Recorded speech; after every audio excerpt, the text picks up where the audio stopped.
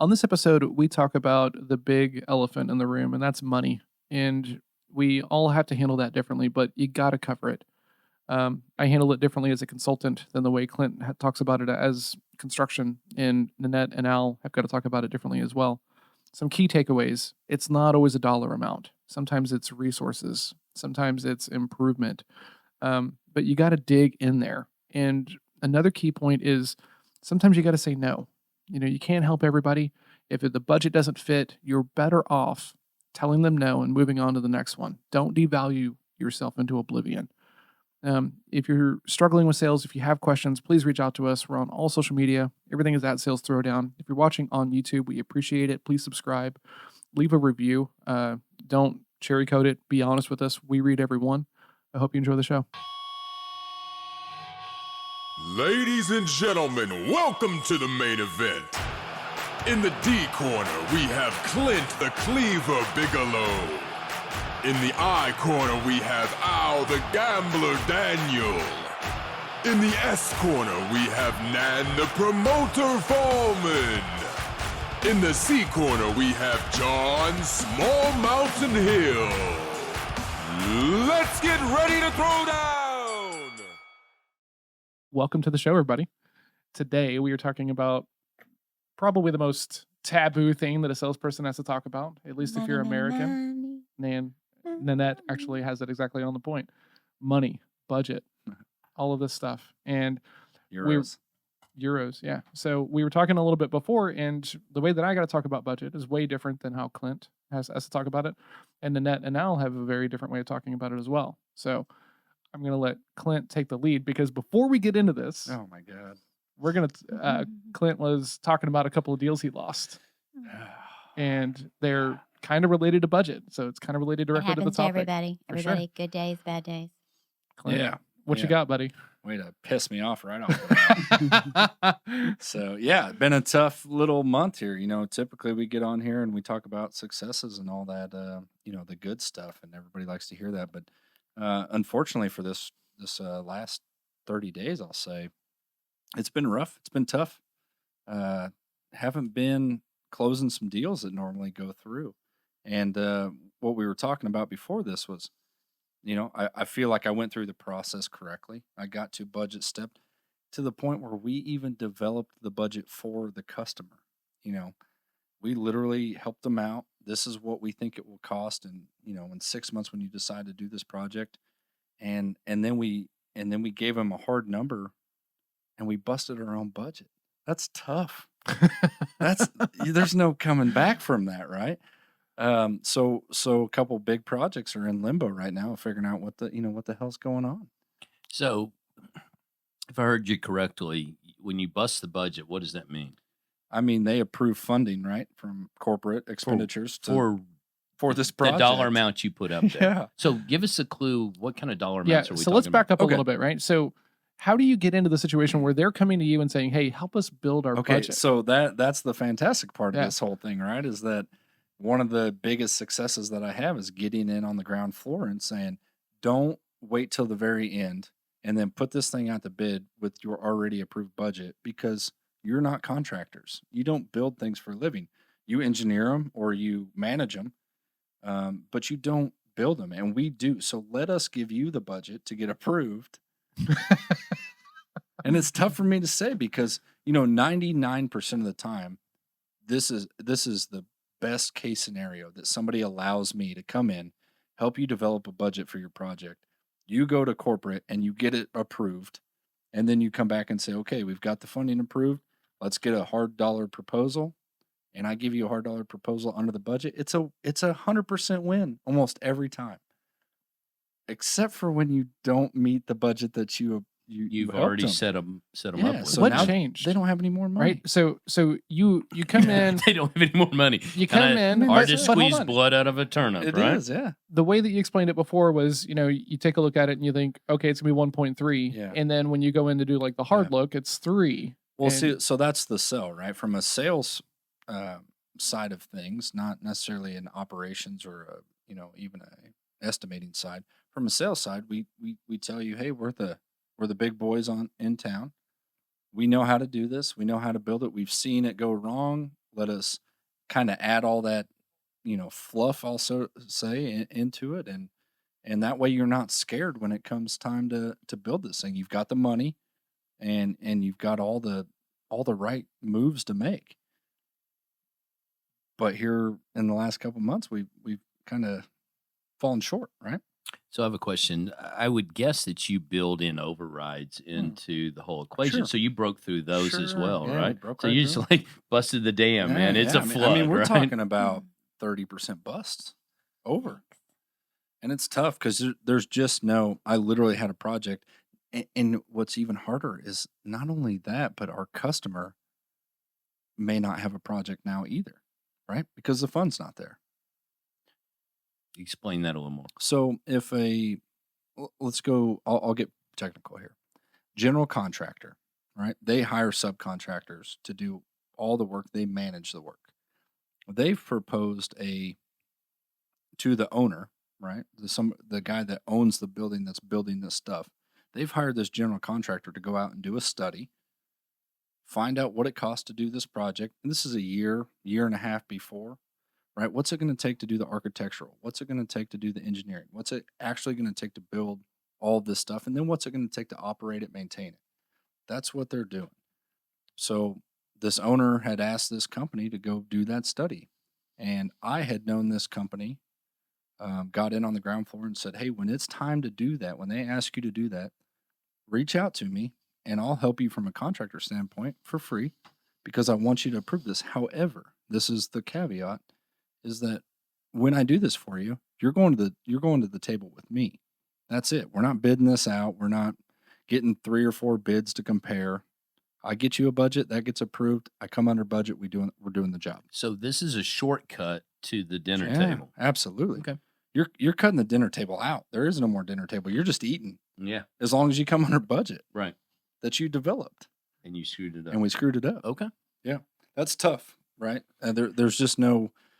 Now, Clint, who screwed it up? Did you yeah. play a part in What this? happened? I mean, what's your ownership of this equation? Yeah, I mean, That's a good question. it is.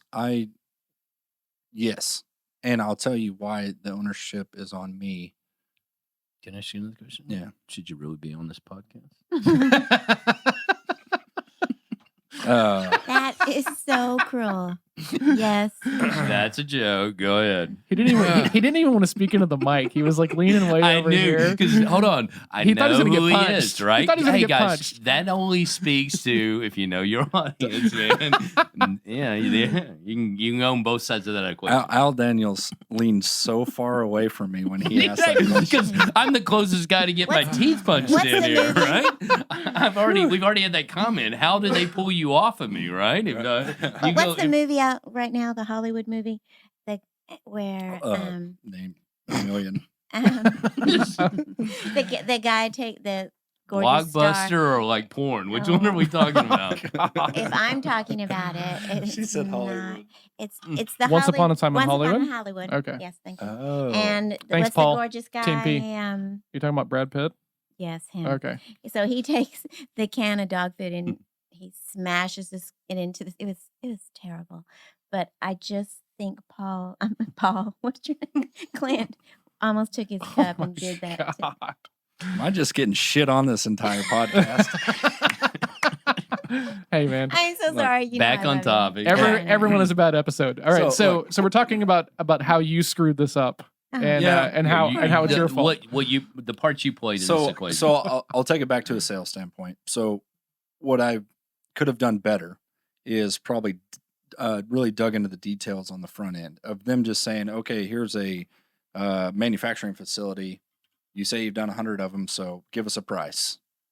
And where it gets lost and cloudy is what exactly do you have in this space, right? We have some details. We have, and it's not all our fault. Look, they add a lot of stuff in the end. Oh, now we want a new special bathroom. Now we want a new break room. Now we want a new machine that we're going to add in. And every time you change or add anything in construction, you're costing money. There's no doubt about that. Anytime So, you change or add anything in any industry, and it's not yeah, just construction. you're right. Yeah. It's So in even if you're marketing. building a website Yeah. and you build a website and then they say, actually, I want the background blue. It costs money to change Exactly. stuff, right? Absolutely. It costs man hours. It's just a small change. Yeah. Yeah, but you Yeah. got 50 of them. Right. What is small Yeah, to exactly. you, right? Yeah, we had an So- agreement. Like, don't. So so I will agree that I'm not going to take 100% ownership of the situation from our company standpoint, but I'm also not going to take 100% of ours either, because we're experiencing this and we should be able to predict a lot of those things, right? So when you develop budgets for people, man, you got to think about all those typical things that people change in the end, right? If you're a professional, I think that you have a pretty good idea of, oh yeah, last minute we want to, saw cut the whole floor and tie into the existing plumbing instead of doing it new. Oh, now we want to take the whole new addition and put it inside our existing space.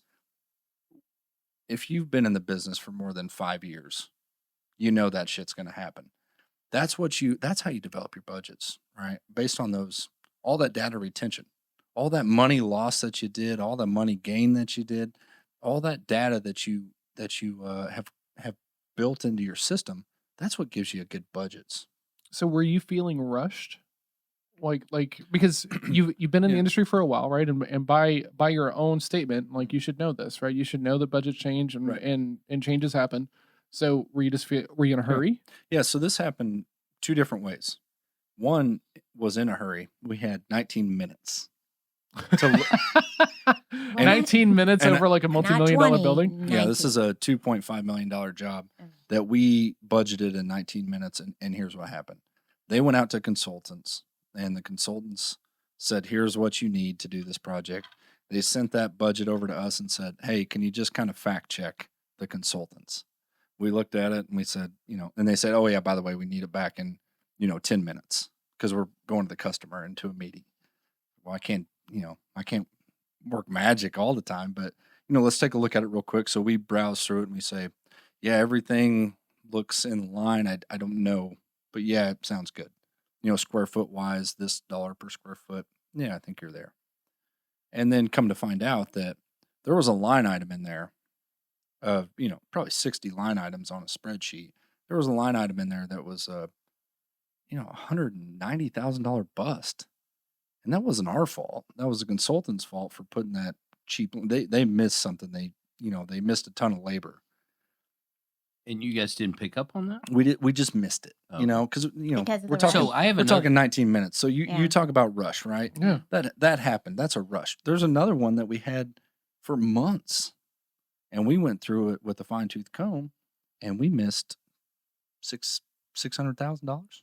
So can I ask? Wow. Yeah. l- So along, that's a misstep. lot. along the same lines, though. Do you think the fact that it's summer and people are on vacation and you're shifting gears? Sure, I think it all ties in. Did that tie into part Yeah. of this? Because There- I know it affects our business a Yeah. little bit, right? So I'll say that if you have one job to get through in a week, you spend all your time on that job, you get 40 hours to dive into it and really look at it, and you can think of all these possibilities. You can give the customer suggestions on don't do this, do that. Mhm.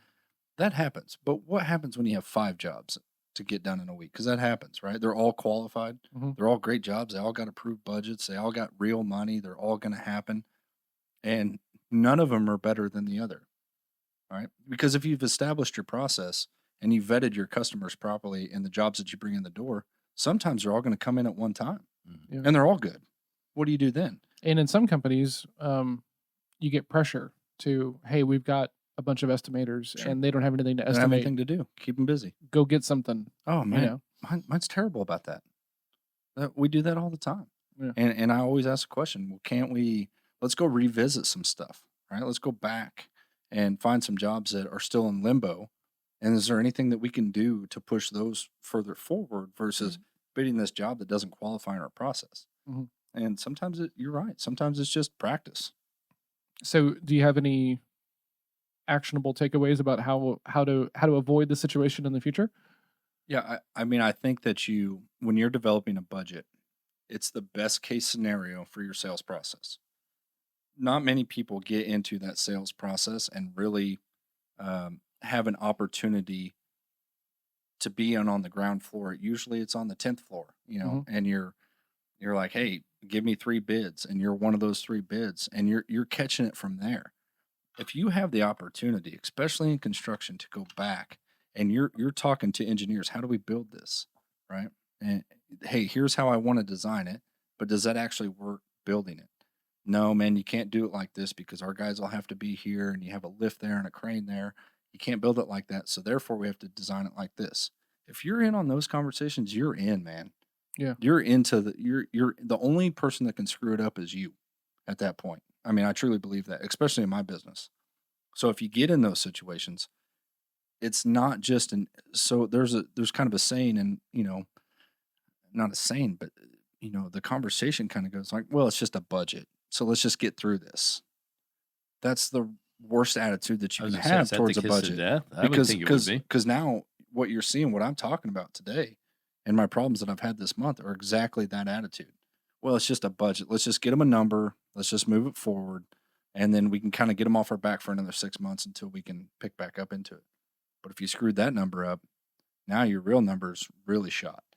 So if you do get a chance to do this, the takeaway is spend some time, get in there, get in deep, ask a lot of questions. What kind of equipment are you going to put in there? What do you really want? What do you like?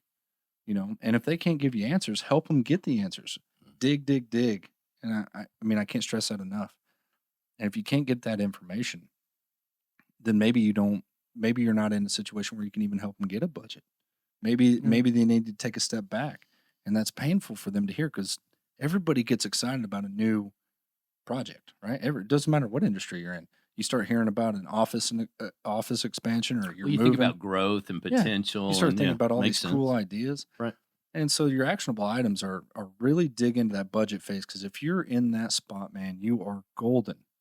There's no better position to be in as a salesperson than to help a customer develop their own budget, Sure. which they're gonna buy Reap from you. Yeah. It's right? your money. at Why that why point. would anybody ever help? They let you develop a budget, and then why would they go out to anybody else? I mean, people do that. They're maybe it's their process. Maybe they're just shady people. Maybe they're just looking for the best bang for their buck. But the point of it is you have increased your odds exponentially if you can get in on the ground floor. So when you do that, you get that chance, dive in deep and make it count, because it'll Nice. bite your ass. And it's doing that to me right now. Super sorry. Well, all right. So that's one version of budget. Whew, Yeah. that was a deep one. That was a No, deep it's one. good, It was though. good. I mean, Good. luckily, I don't luckily live in that just- world, but yeah. Yeah, Good. It just happened to be something that's happening right now. So, So they're not all wins. So No, if you're exactly. going to Here's the give deal. some You insight cannot to the think people like that are listening, right, and they're in the same similar scenarios, how do you prevent that from happening? What would you have done differently on these two projects that might have made a difference? Like I said, one is, when somebody tells you got 10 minutes, go hit the timer, man. Sometimes you just got to say, look, I can't give you a good answer in 10 minutes, and I'm not even going to try. So there is a big point of, who else are they going to call? What are they going to spend 2 minutes with you on the phone, call somebody else and say, oh, now you got 8 minutes? Yeah. Nobody's going to do that, right? And realize that sometimes you just can't be that helpful person all the time. And if I did give you advice, it's going to be shitty advice because I haven't processed anything. Yeah. So once again, going back to your process and running them through that, if they don't fit, man, sometimes people just don't fit no matter how bad you want to do stuff. Exactly. There's the nugget. Exactly. You Yeah. got to say no sometimes. Yeah. Or you have to be able to put the brakes on them, right, For sure. to have them understand that what they're asking for doesn't make sense, not only with you, but even anybody else they would call. With anybody. Yeah, you're just going to And not maybe- get the information you need. Maybe they're calling you because they've known you to do that in the past. Yeah. Right? And it's worked a couple times. So therefore it's like, well, shit, we'll just call those guys. And And it's always good to be Johnny on the spot. And I know we all Sure. want to be. So, Well- you see an actionable item, right? And you want to be the action Jackson that jumps into that equation. Yeah, I get the temptation, but Yep. sometimes that's the That's- worst way to run that's anything. probably the biggest for me as a high D, that's probably the biggest takeaway is what you just said is I can't always be Johnny on the spot. Mhm. And that's tough for me because I think I know everything. Yep. I think I'm the best at everything. So when you tell me like, I bet you can't get this done in 10 minutes. Oh, challenge accepted. Here we go. And the fact is that it's just not all wins. You can't just win all the time. And in this instance, I've had a great 8-month run this year. Exactly. I mean, just a fantastic run. And this month has just been a little tough. Well, you talk about your hit rate a lot, Yeah, right? And the sure. other side of that thing is that the long run is longer than anyone wants to talk about, right? Yeah. So the other part of variance is that it's variance, right? So you might be closing 90% of that business, but that other 10 is going to rear Right. up, and it's never when you want it to, but Sure. you gotta just plan accordingly. So that's a good point, John, because in January I could tell you about hit ratios being at 69%. I remember that figure very well, and then in April it being at 72, and then here lately it's been in the 79 to 80 range, right? Great numbers. This job that I lost, whoever's fault it would be, is it gonna? Not yours, obviously. Go ahead.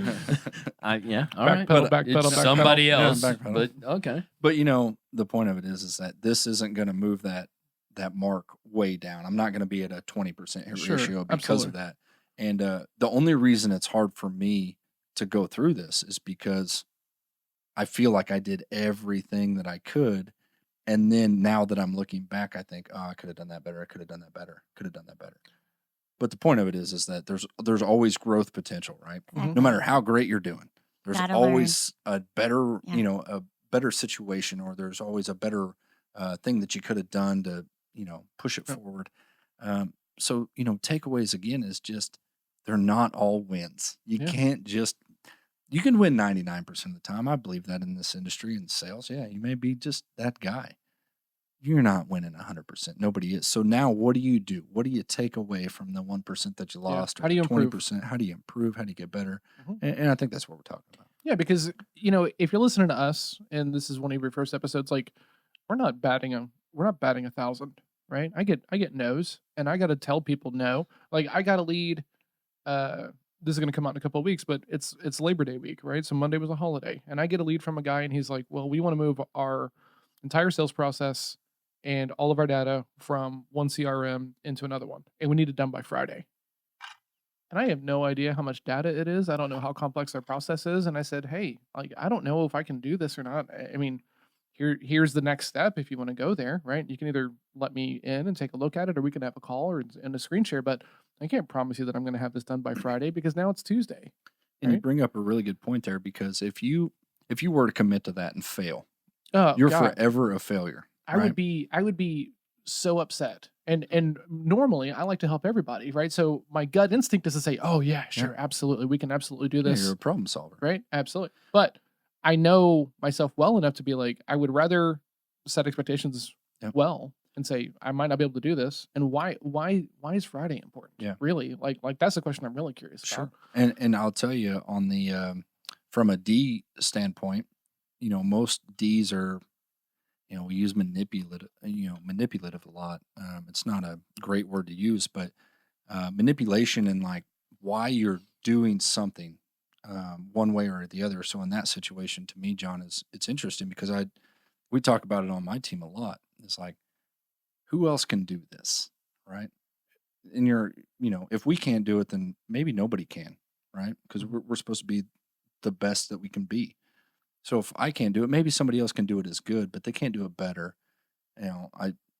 Or they can't do it at all. So if somebody tasks me with an impossible task and I say, "Look, man, this isn't a fit for us," and I back out, Doc said it earlier. What are they going to do? They're going to go to your competitors and they're going to fail, and forever their name is going to be mud to that company. And what a bright light it's going to shine on you when you get to come back and say, "Hey, now you need me. I told you we couldn't do this, and let's take it slow. Let's learn about each other. Let's get through this process." And there's a reason I have a process. So it's not always bad when you say no, Absolutely. and you pull yourself out of an impossible task. Sometimes it's a big win because your competitor committed to it, Mhm. and now they fail, right? Right. And if you're really on your game, right? When you say, "Hey, look, I can't do this," and they say, "Yeah, okay," and say, "Now that we're done, can I tell you something without making you angry?" Yeah, your expectations are off. Like, I don't know where they came from or anything else, but like, I don't know that anybody could get this done. Is that easy for you as a C to ask that question? Uh, And I want to go around the table because I'm interested. Asking the question around, hey, can I tell you something without making you angry, or like saying No. the follow up? I think your expectations are Oh off. man, here's the deal, right? I like being the smartest guy in the room, and I like being the guy with the answers. I love telling people, and you have a Kia budget, and you're wanting a Cadillac. Yeah, it's not going to happen. What about you, Nan? Does that come natural and easy? No, absolutely not. But I, like with the account I was talking to y'all about earlier, I think it's really important to not act like everything's going to be okay if it's not going to be okay. You know, you do have to speak the truth to people. You can't, and I think that's what I admire about what you said. I think I have the propensity to want to say, yep, I'm going to make it happen. Mhm. But that's so stupid. You know, you cannot do that. And when you pull them into reality, calm, we're going to figure this out, and then ask questions about why Friday. Mhm. And what, so did you ask that question? Did you say why Friday ever? I didn't ask him why Friday. I said, hey, if we're going to do this, we need to get started now. Here's what I need from you before I can even tell you like Exactly. what this is going to cost, you know, and then we need to have a quick conversation about it. And then, you know, it hasn't even shown me that he's opened my email. So he's probably, you know, just I think over it's it. really important to talk about steps, though. Well, Absolutely. he Our he next might step. have called 3 people, and you might have been one of those. Oh And yeah. somebody committed to say, "Oh yeah, we'll absolutely get that done by Friday." Well, And they're still scrambling. yeah. Well, it came through one of the partners that I work with, right? So referral. I'm listed as a certified partner on Gotcha. a couple of different like CRMs, right? So it came directly from them. So they probably reached out to like 7 different people because it's super easy to do that. Yeah. And he got a yes from someone, and like I hope it goes well, but you know, I'm not sure that it will. Sure. So there's nothing I can do about that. Doc, as a super eye, call you a super eye. Is that easy for you to Talk about that stuff? budget. If you break it down mentally, that there are, when you talk about budget, you can talk about hard dollars, you can talk about time, and you can talk about resources, right? Which are the thing that's the clout that we all have. To speak to money, it's not how I grew up, but it's how I've become, in the sense of, well, it costs this much. Do you have that much money? Mhm. Right? Or the biggest ambiguity is time. Do you have the time to put into this project? Because in healthcare, it is about utilizing their time, their availability, and money doesn't really matter because we have third party payers. They pay what they decide to pay. So the budget is your time and your resources. So if it's an in-house project, is the staff willing and able to participate in this? Because without them, I can't get it done. And Nan actually has a big project that takes a lot of staff, and they've done a real good job because everybody bought into the process. So when we talk about budget, it's about convincing the physician or the group we're working with to allocate, allow us to come in, open your doors, let us get with you. Let us look at your books. Well, it's not necessarily the books because we're running a separate program. It just becomes part of their books, and then you get to see that as you go along. But And it's not necessarily revenue that we're talking about. A lot of times they're asking for, I want a report, I want this, I want that. And so that's their money, maybe, you know? I don't know that I agree with that Okay. statement. So I think that's what they want to know out of the program, to show that it's a viable thing and that they're going to spend their resources wisely to get a return. That's their ROI, right? Whenever they ask Right. for. But their budget is, I got to divert my staff. I got to take this person, and here's the other key. So when you go into an office and the receptionist is sitting there, she's getting paid X number of dollars to do what she's doing today. Yeah. And if you add something to that, guess what? She just has to do more work for the same amount of money. Yeah. And when you view that in its totality, when you come into some of these organizations or these hospitals or any place you go and ask somebody who is getting a paycheck, I need you to do a little bit more. You're not going to get paid for it because they are. That's the budget. So when you talk with these offices, right? And you come in as like just like a full-fledged problem solver. Like you do one of the best jobs I think I've ever seen about just being the consultant. Hey, like what's going on? As opposed to showing up trying to pitch around certain specific or approach or, whatever, the current hot deal is, right? That you're working on. Yeah.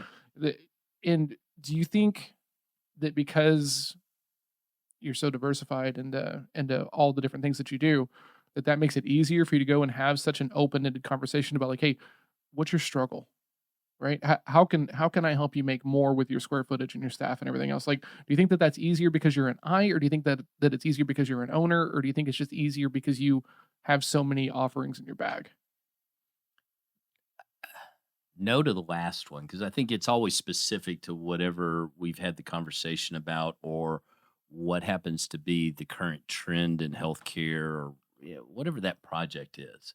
And I know that seems a little bit vague, but specifically when we talk about whether we're selling to a hospital or to a clinic, they're different organizations, and one is you got to meet price, and then you got to say, hey, is there room on the shelf, that kind of Yeah. stuff. Do I have surgeon participation? Would somebody want to use this? So you have those variables. When you walk into a physician's office, or that more like a business, and you're offering the guy who runs the business another program that would either make, cut their costs in one arena or make them more money, which is the same thing, Hmm. more to their bottom line. Yeah. So when we go in and we speak to a physician and we say, hey, doc, would it make sense if you began doing this program? Maybe it's a wellness initiative, right? That gives the patient some insight into their cardiac health, which Nan's working on a project like that right now. And we will show you an increase in your revenue, but you've got to dedicate staff and time, and then we'll coach them through that process.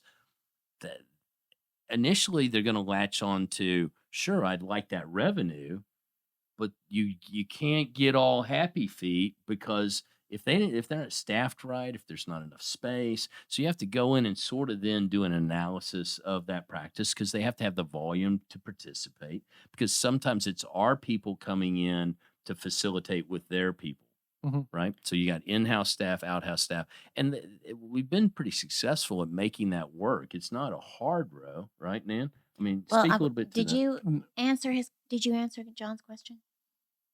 specific to what. Well, I'm curious because, like, in a lot of realms, right? If you go out and you're talking to a prospect and like, I don't really need A, I really need B, Okay. right? And you go back to the ownership of the company and say, hey, they don't want A, but they want B.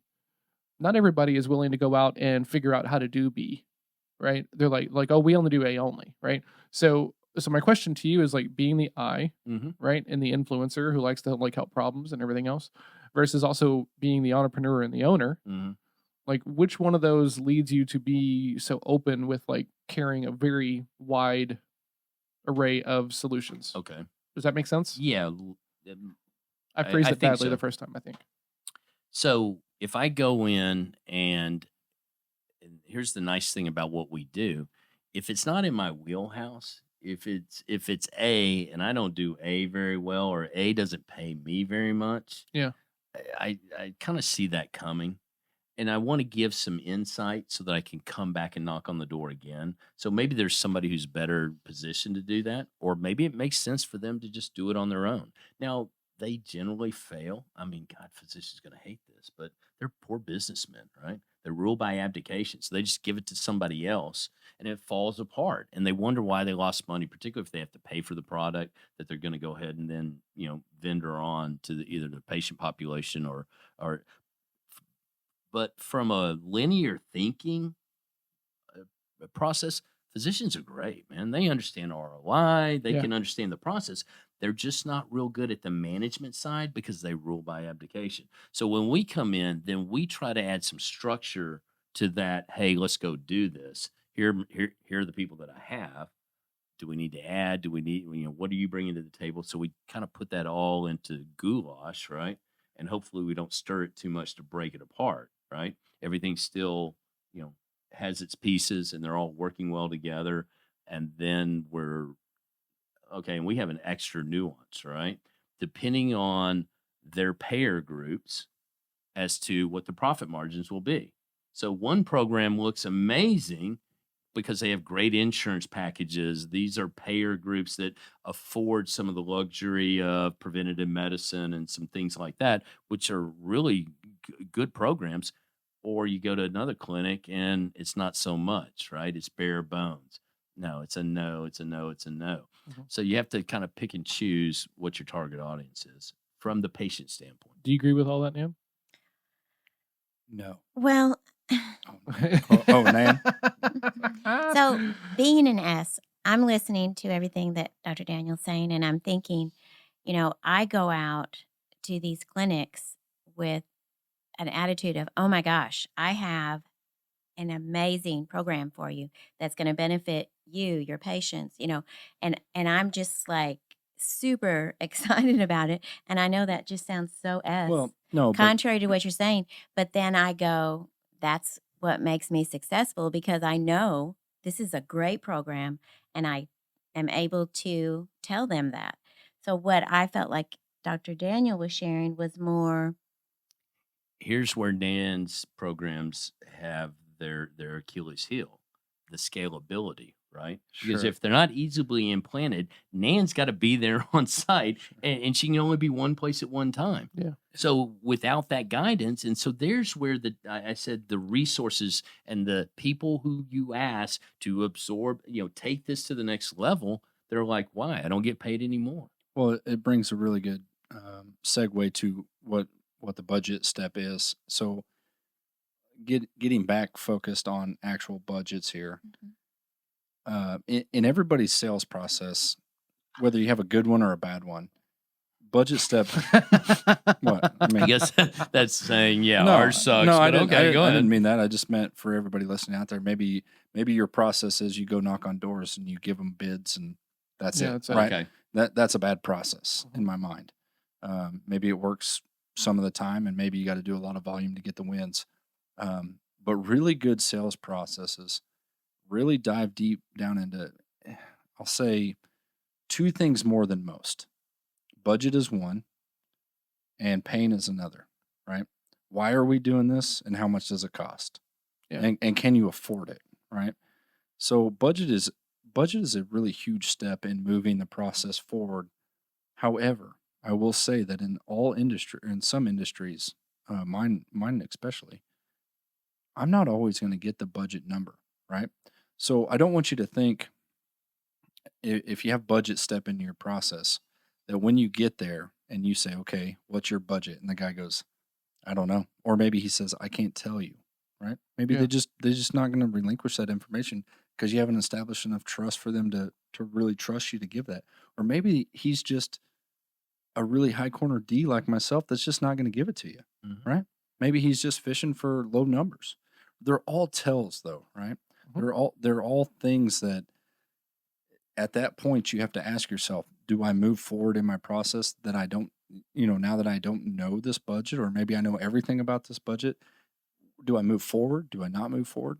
That's on you and solely on you. Yeah, you make Right. the decision about You- how much you want to stick to the process. 100%.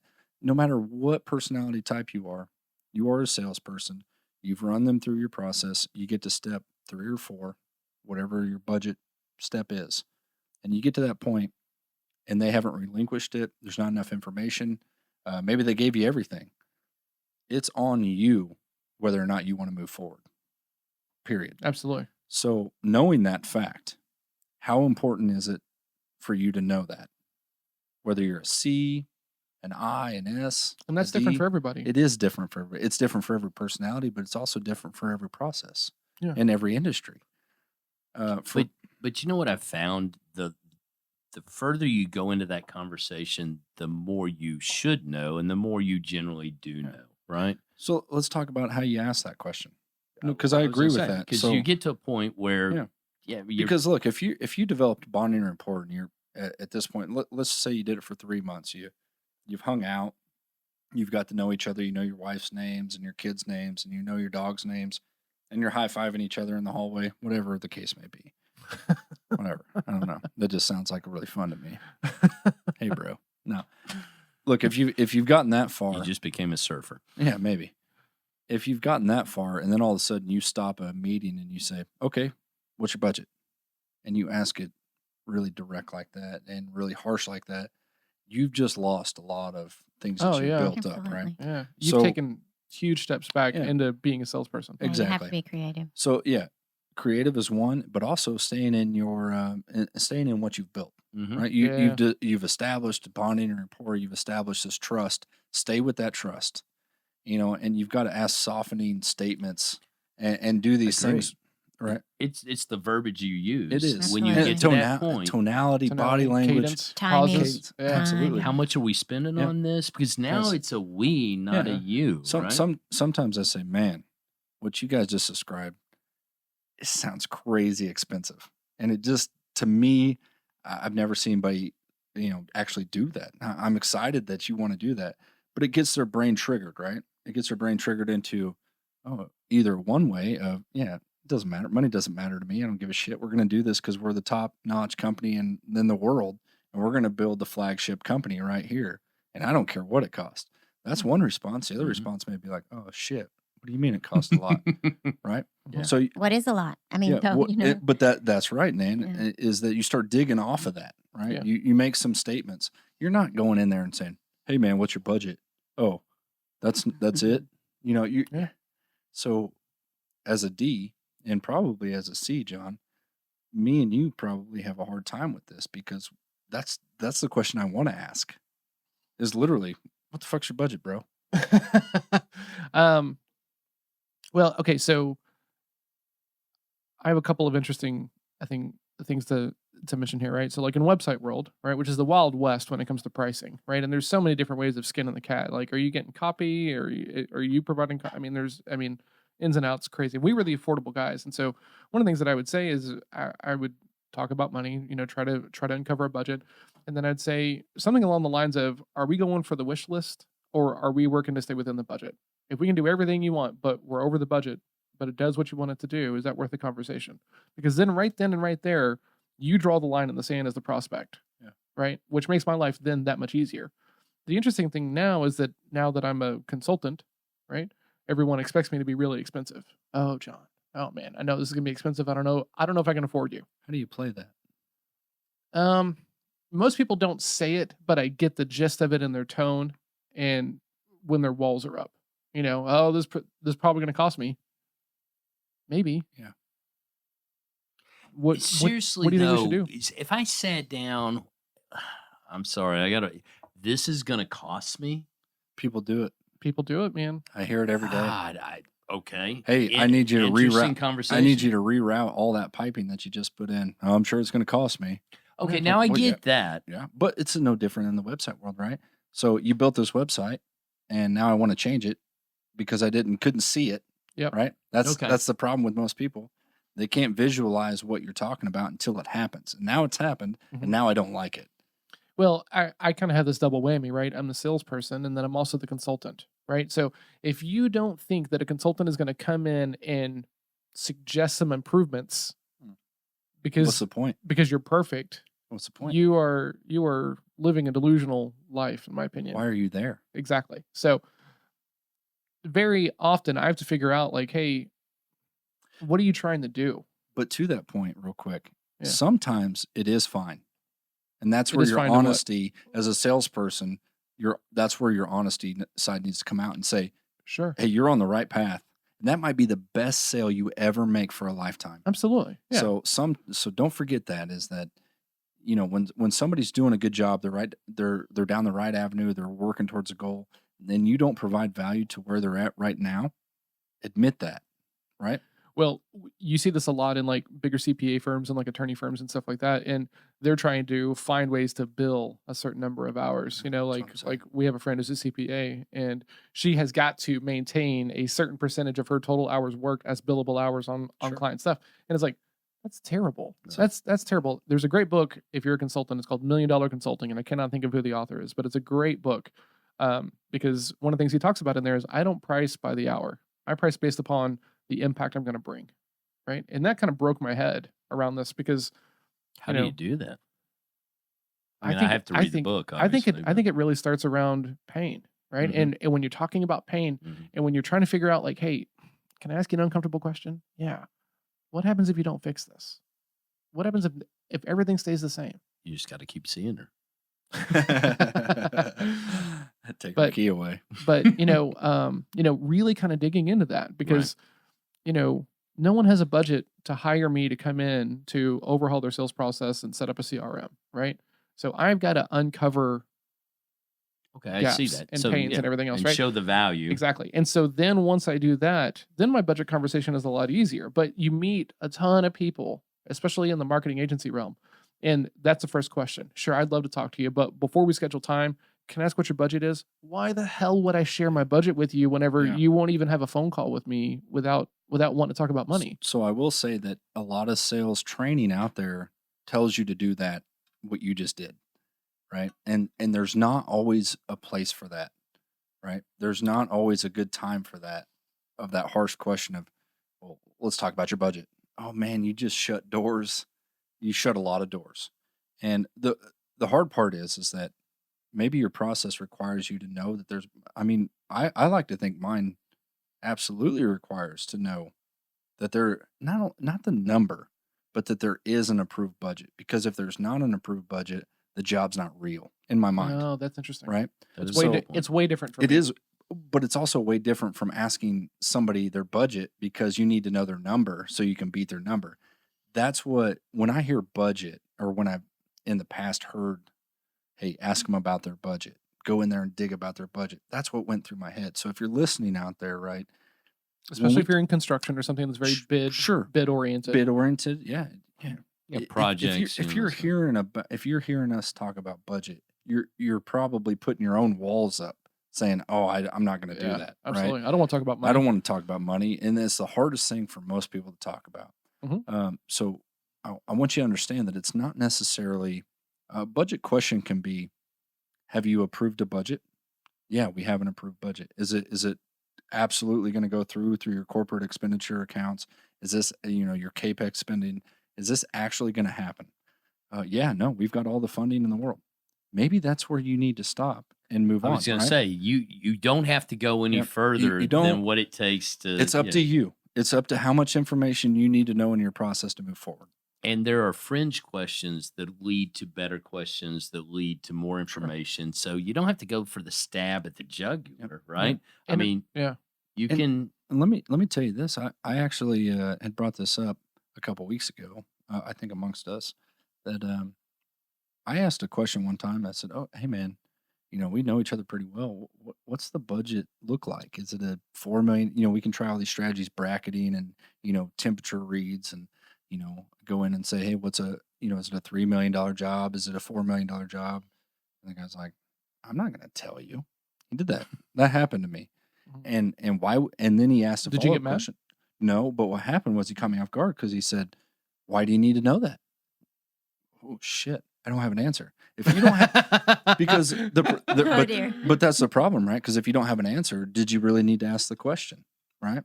Yeah, that's a good point. So if you don't need that for your process, which I didn't, because I already know that he's going to take 3 bids from competitors and they're going to compare price and scope.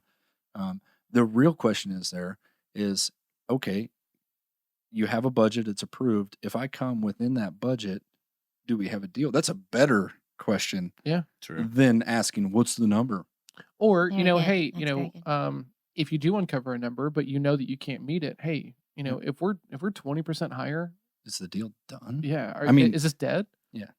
And maybe And not that's that. another good question too, Yep. because eh, that's going to happen. Mhm. And absolutely. if Clint, they're I- not I- willing to I stretch, talked about that for the first Yeah, I was 15 gonna minutes. say, hello. I mean, even though it was my Clint? fault, it Mhm. still happened. Yeah. Yeah. So now is the project dead? Yeah, probably. But did I know that going into it? No, I didn't, because I didn't ask that question. So, the point of it is that budgeting questions don't always have to be a dollar amount. We'd like it to be there.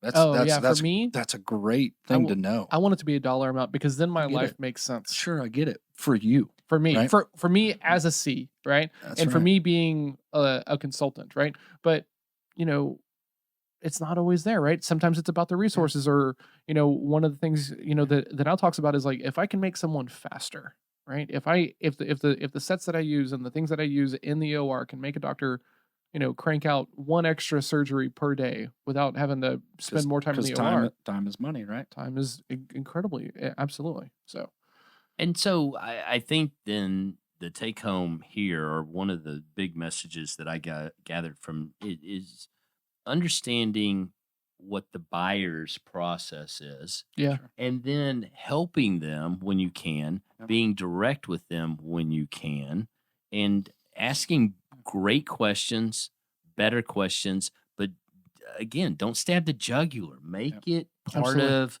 the dance that you're doing to uncover, figure out where they're comfortable and what they're comfortable telling you about the money they have. Yeah, and once again, setting up front expectations. Yeah. Right. So, hey, man, I'm going to ask you some tough questions today in this process that I, you can even go this far if this is your process. I'm not saying it's right or wrong. I need to know my budget to move forward. I need to know your budget to move forward in my process. So, therefore, if that's the case, if that's truly how your business runs, then you're going to have to set that expectation up front. And you're going to have to say, man, I'm going to have to ask you about your budget, your situation, your budget. Can you give me the dollar amount? And if you can't, I can't move forward with you. That may be the extreme of your Mhm. business, right? But I'm not, don't you? I'm not saying it's right. Well, it's that Oh, time, it's that everybody. time. Thank you, Paul.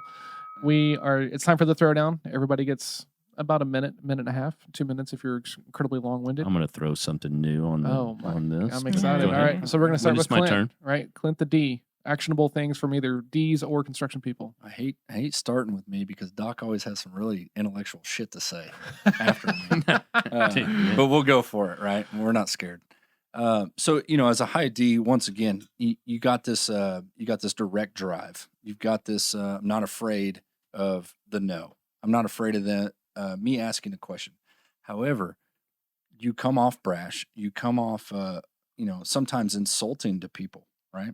So if you're a true high corner D, you gotta really you gotta do some self learning and get some tact in how you ask questions. Tonality is huge for probably all of us, but really more so for me as a high D.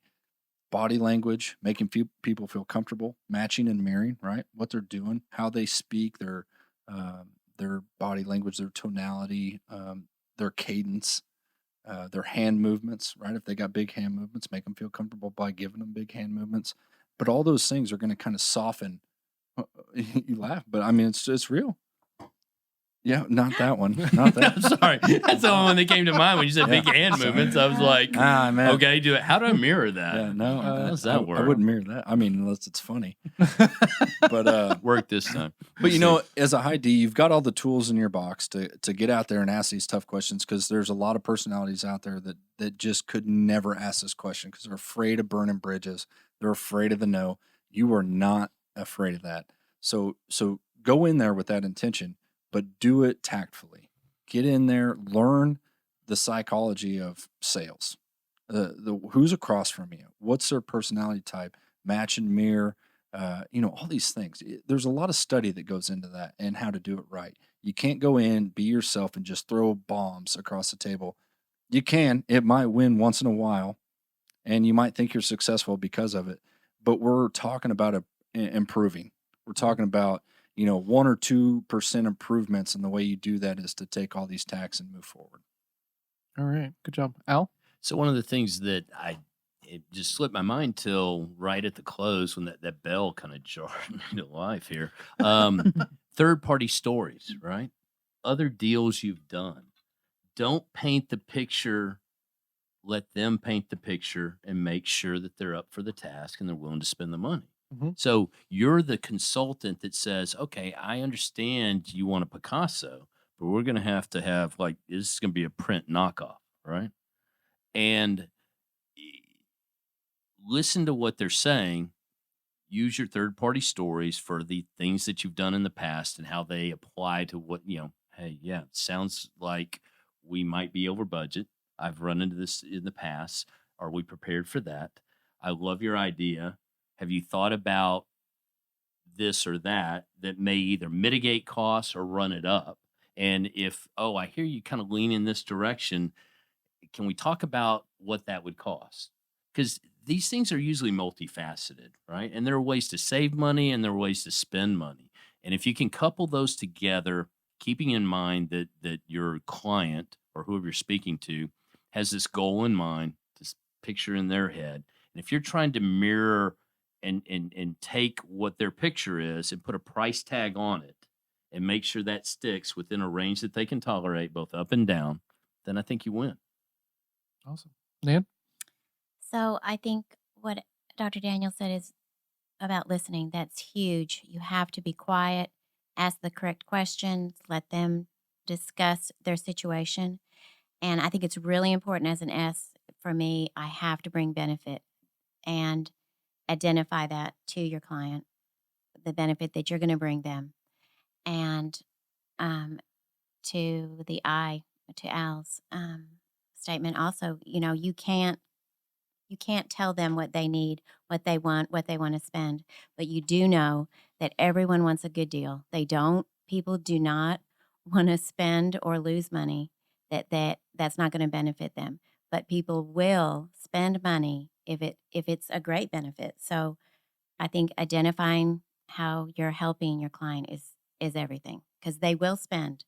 When you were talking about painting that, how did you say that? You said what's your dream? Like, what is the best thing you want? I think that's a great place to start. And if you can meet that as much as possible with a lower price than what they're anticipating, they're going to jump on it. I think people like bargains. Not I don't mean like bargains, but they like a good price for Yeah. what they want. Okay. I'm going to hit this from two different points, right? If you're a C, understand that while money does not seem like a hard topic to talk about, it is very hard for many, many, many people, right? We're raised from kids. Don't talk about money Yeah. and don't talk to strangers, right? So if you follow that advice of your parents, you're never going to be successful as a salesperson. But understand that it's awkward for some people, right? I ask questions all the time that get me pinched, like later on, because my girlfriend is like, why did you ask that question? I'm like, because I don't see a problem with that, right? It's like in The Big Short when the guy says, hey, that's a nice haircut. Did you do it yourself? Like, he doesn't mean anything bad by it. And I'm that guy, right? So understand that it's uncomfortable for some people. Like, build your tool chest and get some empathy. It's not there naturally. You have to go find it. From the other side, as a consultant, stop charging hourly. Like, stop talking about it in hourly terms. No one's incentivized to do their best work if you're also charging hourly. So do projects, figure out what that is, because it's going to be easier to sell. And, then, set expectations around, hey, if this changes too much, we might have to revisit this, but this is what the project looks like. Is that okay? My life changed significantly when I stopped trying to make everything fit and try to, do hourly stuff and everything else. Like, my life got so much easier. So that's my spiel. So I like it. Yeah. Well, and Thank look you. what Clint said about the 19 minutes. I I don't think that's wise to say, okay, Sure. you have 2 minutes, Yeah. But hey, you got to be a professional. You got to know your game. You have to know your information. You need to know what it costs to do what you do. Absolutely. And, Yeah. and if you don't, and if that's hanging in the wind, try to tie it down. I'm not saying that it hasn't happened in everybody's arena, Sure. but Yeah. when you go in and you sink your teeth in, tie it down. Absolutely. Awesome, everybody. This is a good show. If you're listening and you want to follow along, everything is at Sales Throwdown, Instagram, Twitter, Facebook. If you're watching on YouTube, thank you. Subscribe so that way you get notified every time a new video pops up. If you are getting value out of this, or if you want to see us make some improvements, leave a review. We read every one of them, and we want to make this as relatable and as relevant as we possibly can to people out in the field. And I want to say thank you to everybody that is listening, because it's been amazing. I am blown away that we are getting the response that we're getting, guys. Absolutely. I'm sort of Thank y'all impressed so with much. myself, which is not a unique thing, unfortunately. But in this case, it feels really good. I do thank everybody that's flipping the switch, getting in touch with us, and connecting, because we're everywhere. So come Yeah. find us. We'll be there. Yeah, one of the greatest things to round this out is that people are starting conversations with me that never would have happened around these topics and I'm only growing, and they're only growing by having these conversations. Absolutely. So that's the point. Discussion. Share it with someone good. else, right? Sales is hard enough. You don't got to do it by yourself. Tag your team. Yeah. Hashtag Team D. Let's put it on there. Let's see it. See the following. Team C is where all the magic happens. Awesome. They're Y'all have a good night. They're full of crap. See you guys. Aye. Go sell Nice. something. Oh, yeah, absolutely.